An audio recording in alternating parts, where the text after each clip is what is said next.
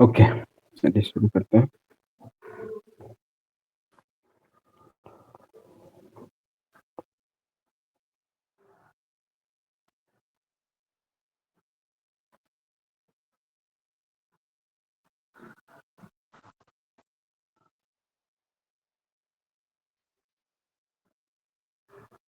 मैं आप लोगों को व्हाट्सएप में एक फ़ोटो शेयर किया, ओके?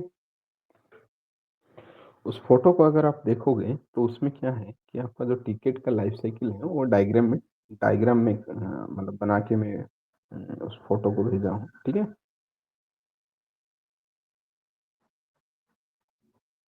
सुनाई दे रहा है? हाँ, यस। ओके, तो उसको मैं डायग्राम में बना के भेज रहा हूँ। उसमें क्या है, देखिए, कभी भी कुछ इश्यू होता है तो उसको हम लोग लास्ट क्लास में जैसे हम लोग डिस्कशन किए थे कि हम लोग को कोई कॉल करके बता सकता है या फिर कोई हम लोग को मेल करके बता मीन्स ठीक है। जो चीज़ हम लोग मॉनिटर कर रहे हैं आगे जाके देखेंगे, जो चीज़ हम लोग को नोटिफ़िकेशन आ रहा है या फिर हम लोग मॉनिटर कर रहे हैं that we can take action, okay? जो चीज़ हम लोगों को पता नहीं है, यूज़र फेस कर रहा है, ओके? अगर कोई यूज़र फेस कर रहा है कोई इश्यू तो उसको हम लोगों को कैसे पता चलेगा? वो तो हम लोगों को पता नहीं चलेगा, ओके? तो उसको हम लोगों को ठीक करने के लिए, रेक्टिफ़ाई करने के लिए, तो हम लोगों को या फिर उन वो जो इश्यू वो लोग फेस करते हैं, वो हम लोगों को जो रेज़ करते हैं, तो उनका क्या-क्या मीडियम होता है। तो फर्स्ट आप लोगों का होता है क्या? ईमेल, सेकंड टिकेटिंग टूल,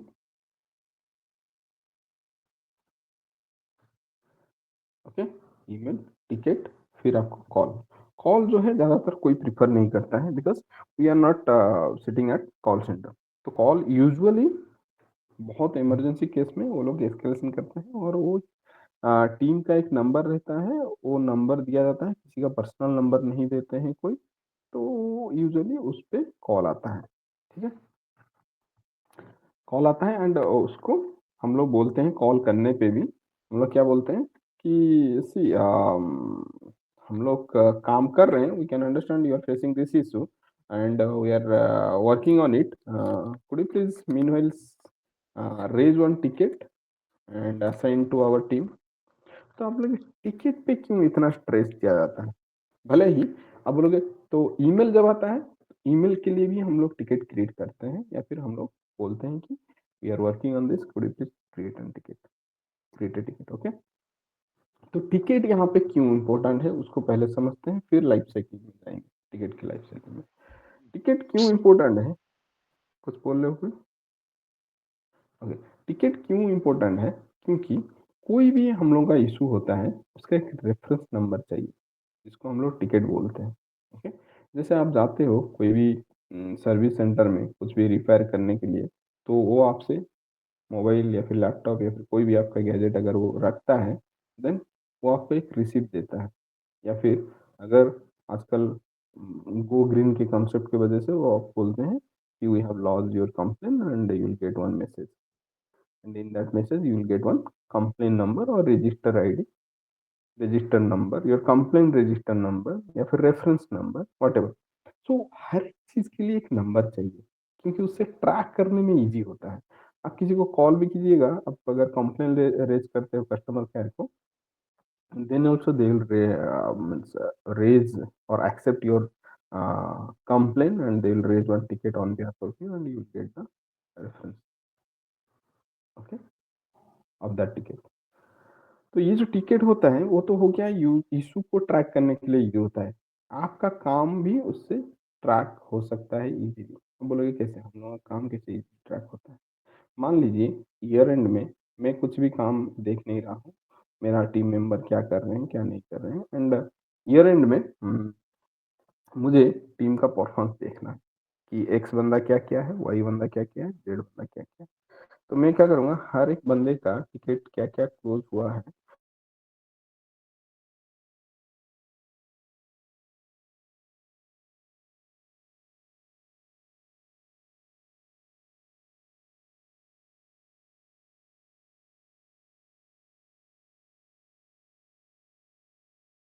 हर चीज़ मैं इवैल्यूएट कर सकता हूँ।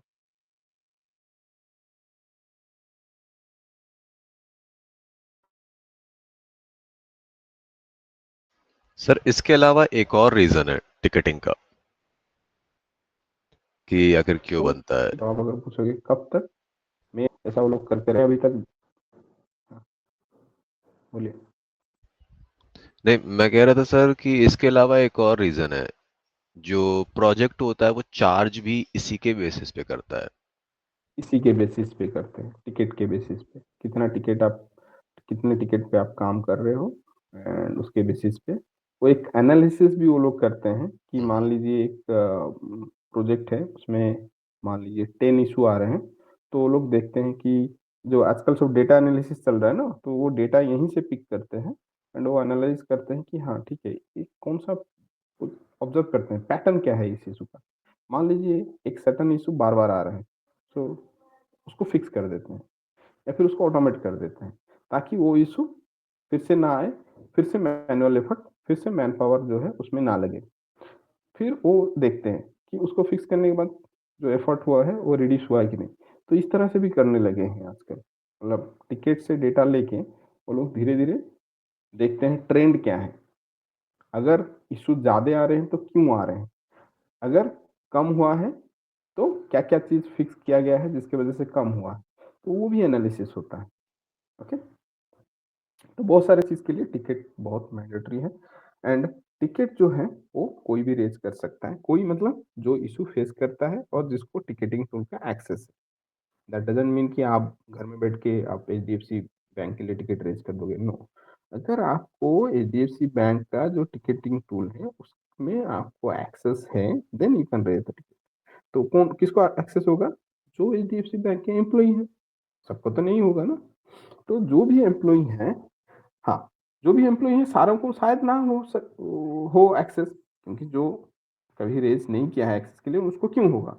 तो जो लोग एक्सेस रेज़ किए हैं एंड उसको एक्सेस मिला है, वो लोग टिकट रेज़ कर सकते हैं। जब कभी भी कोई टिकट रेज़ होता है, चाहे यूज़र करे, आप डायग्राम में देखो यूज़र लिखा है एक रेक्टेंगल बॉक्स में। तो यूज़र यानी कि जो आपके एप्लीकेशन को यूज़ करता है, उसको अगर कोई प्रॉब्लम या फिर डिफिकल्टीज आ रहा है आपके एप्लीकेशन में, then he or she can go and raise the ticket. That means user can raise the ticket. अगर यूजर टिकट रेज करता है तो फर्स्ट वो ओपन स्टेट में होता है, फिर क्या होता है वो फ्लो होके जाता है सर्विस डेस्क या फिर एल जीरो टीम के पास। एल जीरो टीम या फिर सर्विस डेस्क उस टिकट को क्या करते हैं, असाइन कर देते हैं कंसर्न टीम। कभी कभी क्या होता है, यूजर उतना एजुकेटेड नहीं होते हैं या फिर they don't know how to use the ticket ticketing tool, how to use the ticketing tool and how to raise the ticket. वो तो ऐसा नहीं कि इशू है और उनको पता नहीं है तो उनका इशू कोई देखेगा नहीं, ऐसा भी नहीं है। या फिर आप बोलोगे मेरा तो टिकट मैंडेटरी है, without ticket I I can not work. तो फिर क्या होगा, यूजर टिकट रेज नहीं कर पा रहा है, आप बिना टिकट के काम नहीं कर रहे हो। तो उनको हेल्प करने के लिए बीच में एक सर्विस डेस्क है जो कि कॉल सेंटर टाइप का जॉब प्रोफाइल है, जिसको यूजुअली लोग डेस्कटॉप सपोर्ट बोलते हैं या फिर कुछ फ्रंट ऑफिस सपोर्ट या फ्रंट डेस्क सपोर्ट, ऐसे कुछ नाम दिया जाता है यूजुअली आईटी में, सॉफ्टवेयर कंपनी में उसको सर्विस डेस्क बोलते हैं या फिर एल जीरो भी कोई कोई बोलता है। तो कभी कभी यूजर उनको रीच आउट करते हैं, उनके बारे में हम लोग डिस्कशन करेंगे, वो टीम क्या है, कैसे काम करता है और दोस्त आगे जाएगी। तो यूजर क्या करता है, उनको कांटेक्ट करता है। ओके,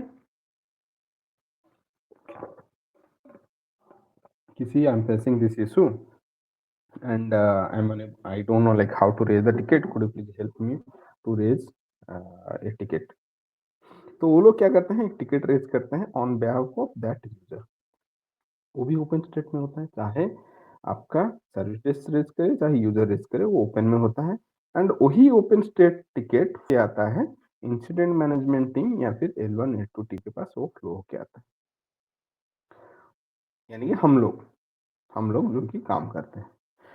अब हम लोग के पास जब आता है, as soon as we saw a new ticket, हम लोग को तुरंत क्या करना है, उसको इन प्रोग्रेस स्टेट में डालना है, ताकि सबको जो भी वो टिकट को देखेगा उनको मतलब ये नहीं लगना चाहिए कि काम नहीं हो रहा है। ओपन स्टेट में अगर ज़्यादा देर ऐसे ही ओपन स्टेट में है तो उनको लगता है कि कोई काम नहीं कर रहा है। अगर हम लोग इन प्रोग्रेस कर देते हैं, दे विल एश्योर कि समवन इज लुकिंग, जिसके जो इन प्रोग्रेस करता है उसके नाम में असाइन हो जाता है। ओके, फिर क्या होता है, मान लीजिए कोई यूजर रेज किया है कंसर्न, और आप वो डायग्राम देखो है व्हाट्सएप पे, तो यूजर कोई रेज किया है एंड वो आधा अधूरा इंफॉर्मेशन दिया है। मतलब एक यूजर ने रेज किया है कि in my office one of my colleague is unable to log in. Whenever he or she is trying to log in, some error message is coming and is unable to get inside the application. तो यहाँ पे वो user कौन है उसका कोई detail नहीं है, क्या एरर फेस कर रहा है उसका भी कोई डिटेल नहीं है। तो आप क्या करोगे, आप उसी टिकट पे स्टेटस को यूजर पेंडिंग करोगे, जो कि ऑप्शनल है, जरूरत पड़ने पर हम लोग करते हैं। यूजर पेंडिंग करोगे और वहाँ पे कमेंट में लिखो, could you please provide the below information like user name, user ID, what is the error he is getting when trying to log in into the system. ठीक है, तो फिर वो डिटेल प्रोवाइड करेंगे, फिर वहाँ से हम काम चालू करेंगे। इन प्रोग्रेस से आप डायरेक्ट रिजॉल्व कर सकते हो, या फिर इन प्रोग्रेस से आपको अगर यूजर से इन्फॉर्मेशन चाहिए तो उसको यूजर पेंडिंग या फिर होल्ड, ऐसा होल्ड भी बोलते हैं उसको, कोई कोई यूजर पेंडिंग भी बोलते हैं, मतलब जो टिकटिंग टूल में जो ऑप्शन रहेगा। ठीक है, तो वो ऑप्शनल है, तो उसको करने के बाद, रिजॉल्व करने के बाद फिर एक मैसेज चला जाता है। ईच एंड एवरी स्टेज में मैसेज आता है यूजर को, बट रिजॉल्व करने के बाद मैसेज चला गया सपोज यूजर के पास। अब यूजर अगर वो सोल्यूशन रिजोल्यूशन से सेटिस्फाइड नहीं है, then he or she can again open the ticket, again it will come to you, again you will put in progress। ये साइकिल चलते रहता है। अगर मान लीजिए यूजर खुद से रिस्पॉन्ड नहीं किया, देन रिजल्ट के बाद आप देखो उस डायग्राम में लिखा है क्लोज्ड। आफ्टर 48 आवर वो क्लोज हो जाएगा, अपने आप सिस्टम क्लोज कर देगा। हम लोगों को क्लोज करना नहीं है, हम लोग रिजल्व करके छोड़ देंगे ताकि यूजर उसे ओपन कर सके, रीओपन। अगर 48 के आवर के बाद वो क्लोज हो गया, अगर यूजर फिर से आ रहा है, बोल रहा है कि this ticket I have raised and you have closed, आप बोलोगे no no, we have resolve the ticket, system close after 48 hours since you have not responded any. अगर आपका प्रॉब्लम था, सॉल्व नहीं हुआ था, then you should have reopen the ticket. Since आपने reopen नहीं किया तो ये क्लोज हो गया। अभी आपका अगर वो प्रॉब्लम है, then you have to raise new ticket, it's not our fault. उनको नॉलेज होना चाहिए कि 48 आवर्स के बाद क्लोज हो जाता है। अगर नॉलेज नहीं है तो आप बता देना कि next time onwards if you raise any ticket satisfied with the resolution, then you can reopen the ticket.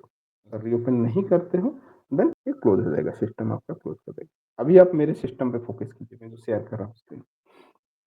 तो टिकट हम लोगों का इंपॉर्टेंट है, ये स्पेस है डायग्राम के लिए, सीक्वेंस है। जब भी कोई टिकट ओपन होता है वो ओपन स्टेट में रहता है, फिर हम लोगों के पास आता है, हम लोग उसको इन प्रोग्रेस करते हैं, फिर यूजर पेंडिंग जो कि ऑप्शनल है, जरूरत पड़ने पर करते हैं, फिर रिजल्व करते हैं एंड क्लोज हो जाता है।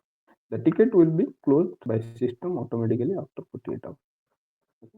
अभी आपके पास कोई टिकट आया, आपने उसको इन प्रोग्रेस किया या फिर आपने नहीं किया, आपके पास आ गया, तो क्या आप ऐसे मन-मर्जी मतलब कुछ भी कर सकते हो क्या? मतलब whenever you want, you just after 2-3 hour you will acknowledge, put it in progress state and 2-4 दिन के बाद उसको रिज़ॉल्व करके दोगे? नो, ऐसा नहीं होता है। क्यों? क्योंकि एक टाइमलाइन रहता है। उसको कितने जल्दी हम लोगों को एक्नॉलेज करना है, कितना जल्दी उसको, कितने टाइम के अंदर उसको रिज़ॉल्व करना है, all those things are predefined. वो प्री डिफाइंड कहाँ पे होता है? एक एग्रीमेंट होता है जिसको बोलते हैं सर्विस लेवल एग्रीमेंट। तो सर्विस लेवल एग्रीमेंट में बहुत सारे चीज डिस्कशन होते हैं, उसमें वो सारे चीज को हम लोगों को फॉलो करना नहीं है, वो टॉप लेवल मैनेजमेंट वालों का काम उसको फॉलो करते हैं। बट हम लोगों के पास जो आता है वो है टाइमिंग, यानी कि कौन सा काम कितने जल्दी हम लोगों को करना है, दैट इज फॉर अस। मतलब सर्विस लेवल एग्रीमेंट में ऑब्वियसली बहुत सारे क्लॉज होंगे, बहुत सारे पॉइंट होंगे, लेकिन सारे पॉइंट हम के लिए नहीं होता है। कुछ पॉइंट होता है जिनमें से ये टाइमिंग वाला हम लोग के लिए इम्पोर्टेंट है पॉइंट्स। जैसे मैं आपको एग्जांपल दे रहा हूँ, आपको थोड़ा क्लैरिटी आएगा। मान लीजिए आप एक घर बना रहे हो, ओके, आपने एक कॉन्ट्रैक्टर को बुलाया और आपके और उसके बीच में कुछ डील्स हुए, ओके, एंड आपने बोला कि इस तरह का मटेरियल लगाना, मेरा 2 मंजिला बिल्डिंग बनेगा, यहाँ पे स्पेस होना चाहिए, पार्किंग यहाँ पे होगा, ये चीज़ वगैरह वगैरह बहुत सारी चीज़ डिस्कस हुआ। तो अगर आप प्रोफेशनल हो एंड आपके साथ जो डील कर रहा है वो भी प्रोफेशनल, तो आपका एक डॉक्यूमेंटेशन भी बनेगा, क्या होगा, डिजाइन क्या होगा, एंड क्या क्या चीज लगेंगे, किस कंपनी के लगेंगे, and all those things you will provide some detail with his price, है कि नहीं? तो आप उस पर डिस्कशन करोगे एंड उस पर आप कम या फिर ज़्यादा जो भी करना है करोगे, then it will get finalize कि हाँ इतने पैसे में इतना या ये मटेरियल लगेगा, ये जगह पे ये जगह पे ये सारे चीज, एंड मेरा घर बनेगा।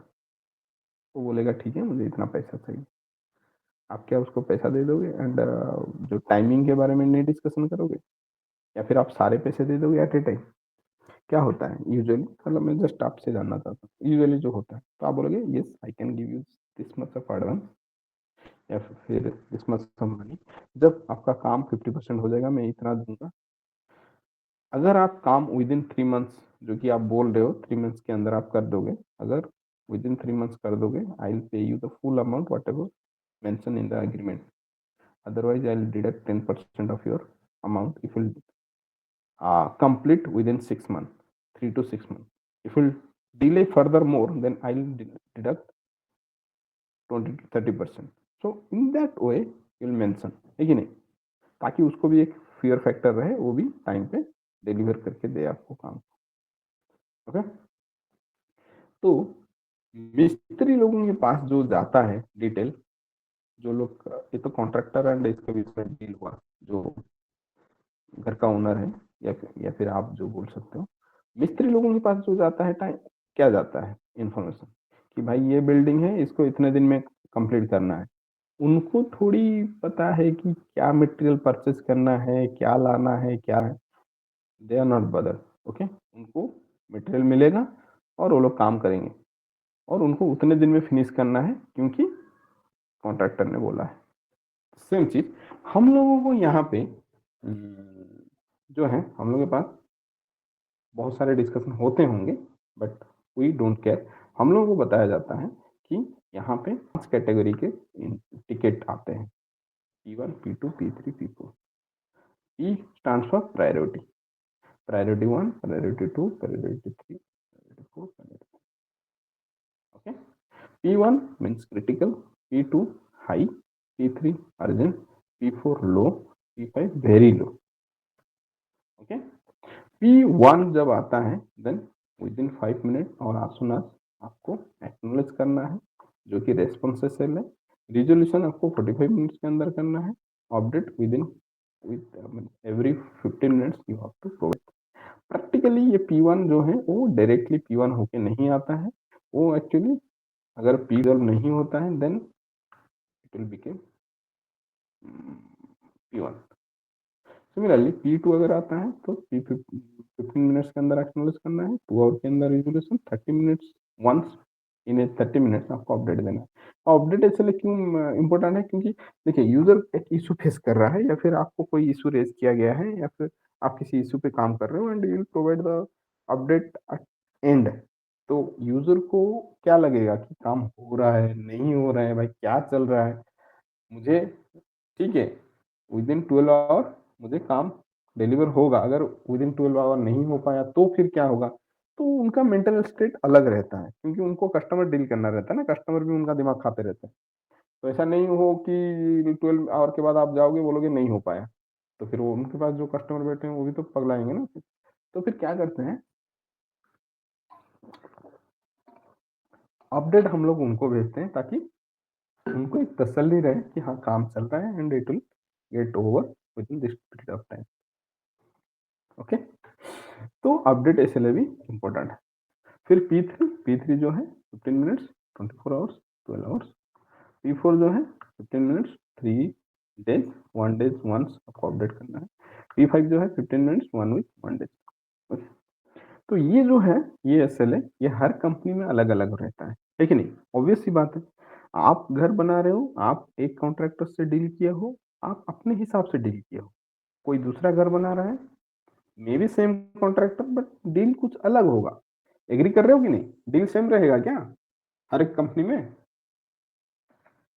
नो सर, सबके रूल्स एंड रेगुलेशंस अलग अलग होते हैं। अलग अलग होते हैं ऑब्वियसली, थोड़ा सा अगर मैच हो जाए दैट इज कोइंसिडेंस, बट आप उसको स्टैंडर्ड मत मानिए कि हर एक अक्रॉस ऑल द कंपनी वो सेम रहेगा, सबका अलग अलग होता है, ठीक है। तो मैं यहाँ पे आपको एक लिख के दिया हूँ ताकि आप अगर बोल रहे हो कि काम कर रहा हूँ तो आप ऐसे बोल सकते हो कि वो अगर पूछता है कि आपका एसएलए क्या है, then you can say like डीजल रावत एसएलए।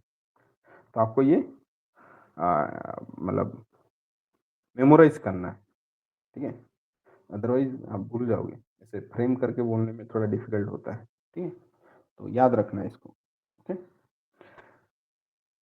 टेक्निकली P5 P4 जो होता है वो यूजुअली हम लोग के पास आता है। P3 हम लोग डिसाइड करते हैं कि इसको अगर क्रिटिकल है तो उसको P3 हम लोग कर सकते हैं, लेकिन P2 P1 हम लोग डायरेक्टली नहीं करते हैं।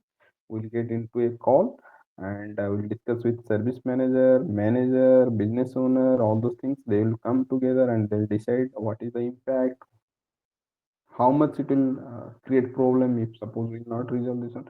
Based on all those things, they'll either upgrade to P2 और P1। ऐसे डायरेक्टली कोई चीज P1 P2 नहीं हो जाता है क्योंकि हाई क्रिटिकल है, बिजनेस उतना इम्पैक्ट हो रहा है and it will be like drastic financial impact to the organisation. देखिए, आप कोई भी इशू होता है क्या डायरेक्ट जाके कुछ एमएलए या फिर आपके एरिया के मिनिस्टर को इन्फॉर्म करते हो या फिर आप एक स्टेप वाइज जाते हो? स्टेप वाइज जाते हो। पहले तो आप अपने मान लीजिए अगर हम लोगों को कुछ प्रॉब्लम हो रहा है तो हम लोग गांव के जो मुखिया होते हैं या फिर सरपंच रहते हैं उनको बोलते हो। उनसे नहीं होता है तो कलेक्टर को बोलते हो, उससे नहीं होता है तो एमएलए को बोलते हो, उनसे नहीं होता है तो फिर आप नेक्स्ट लेवल मिनिस्टर को बोलते हो जो कि उस एरिया में कुछ करता होगा, फिर नहीं होता है तो चीफ मिनिस्टर को। फिर अगर मैं इस तरह से मिनिस्टर लेवल में गया जाऊँ, अगर आप इसमें जाते हो जो हम लोग लीगल हुए हैं तो केस करते हो आपके नियरेस्ट कोर्ट में, फिर डिस्ट्रिक्ट कोर्ट में, फिर आपका जो हाई कोर्ट रहता है, फिर सुप्रीम कोर्ट रहता है, उस हिसाब से, ठीक है। तो एक चीज अगर उतना इम्पैक्टेड नहीं है, अगर उतना इम्पैक्ट नहीं छोड़ रहा है या फिर आपके निचले लेवल में रिजॉल्व हो जा रहा है तो आप उसको मतलब हायर अथॉरिटी के सामने उसको हाईलाइट करोगे क्या? सेम चीज यहाँ पे, अगर एक इशू उतना इम्पैक्ट नहीं कर रहा है then no need to engage each and everyone, okay.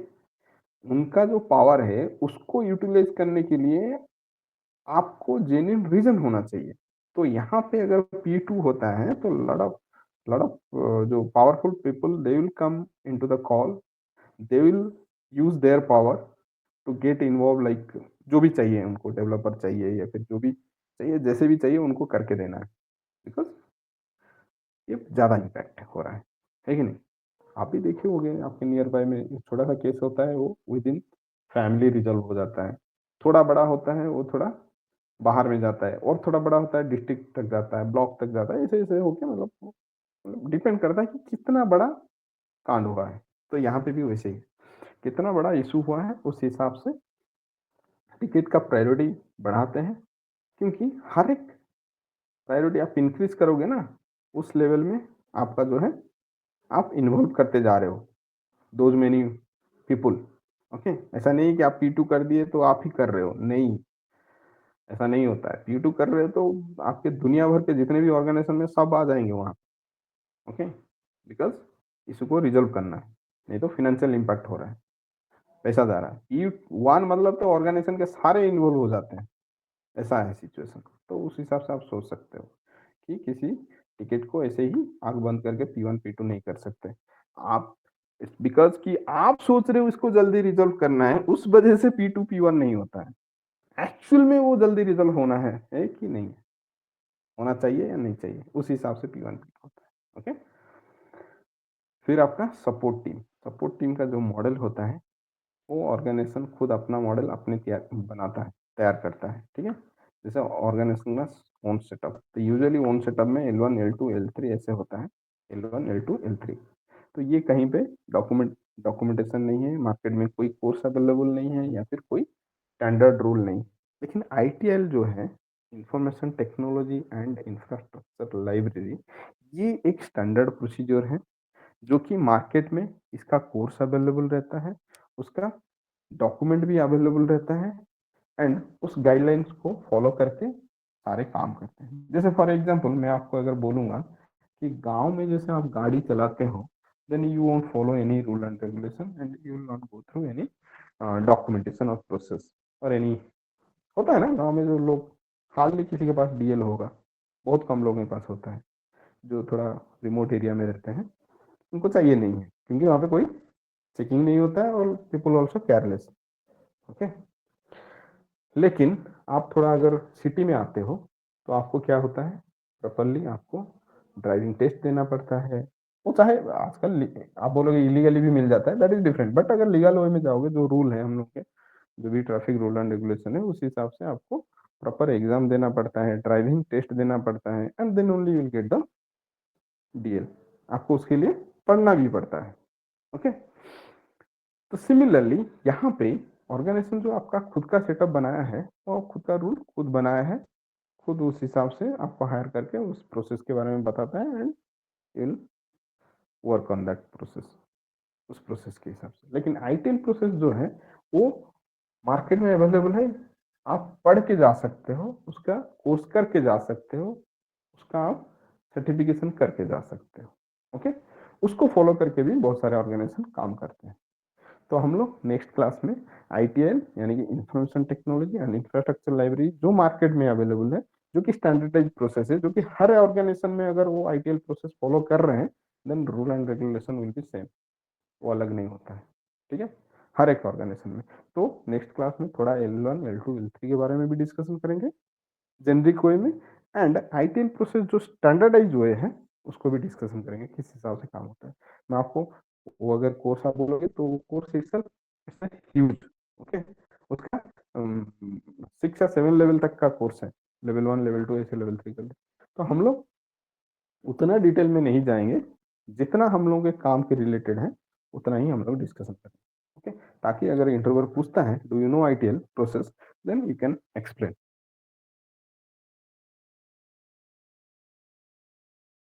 Yes I know. Okay, ठीक है, किसी को कुछ डाउट है आज के क्लास से? No sir. ओके, ठीक है देन ସେଠାଲି ସେଭଳି ଅଛ? हाँ अच्छी। ଟିକେ ରୁହ ତମେ, ଅମୟ ତମେ ବି ରୁହ।